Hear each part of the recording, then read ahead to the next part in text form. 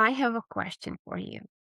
From whom have you learned to be a leader? If you look back, maybe it was a boss, parent, celebrity you admired, a sportsman you took as role model, a mentor, maybe more of those people, maybe others. Anyway, what is important for you to remember is that leaders learn from other leaders. So while you have learned and continue to learn from others, your team members are learning from you to the extent that they may replicate exactly what they see in you in terms of attitude, mindset, patterns of behavior, strategies, and so on. So, what are you teaching them? Because leaders learn from other leaders too.